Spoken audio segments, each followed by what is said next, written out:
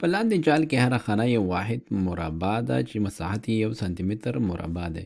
نو دا یوه خانه 1 سانتي متر مربع ده، دا یوه دا ټولې یو سانتي متر مربع دي. دلته وایي چې ووایي چې د شکل مساحت پکې څومره دی. نو د شکل نه مطلب دغه ذوزنقه ده چې په شین رنګ سره رنګ شوې ده. نو د دې مساحت مونږ پیدا کوو. دې مساحت مونږ څه ته وایي؟ مساحت مونږ وایو چې هغه برخه چې د دې شکل په واسطه څنګه وي، دا پوښل شوي وي. پوښل شوې ساحه، دې ته مونږ مساحت وایو. نو راځو دې دپاره چې د مساحت پیدا کړو، دغه مربعګانې به مونږ ورته وشمارو. دلته مونږ سره یوه مربع ده، دا یوه، او همدارنګه دا ورسره دي، دا به ټولې وشمارو.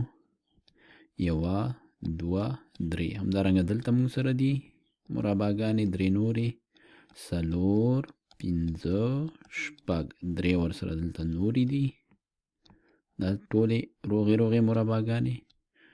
اووه، اته، او دای 9. موږ سره ټولې 9 مربعګانې دي، خو یوازې همدا 9 نه دي. دلته موږ سره نورې هم نیمې مربعګانې شته، لکه دا یوه شوه، دا یوه دلته، او دا یوه. نو دلته هم شته دی، دلته هم شته، دلته هم شته. دې دپاره چې دا هم ورسره وشمارو، راځو داسې چل کوو چې دا یوه مربع به دلته رسمه کړو په دې شکل، دا نیمه مربع شوه.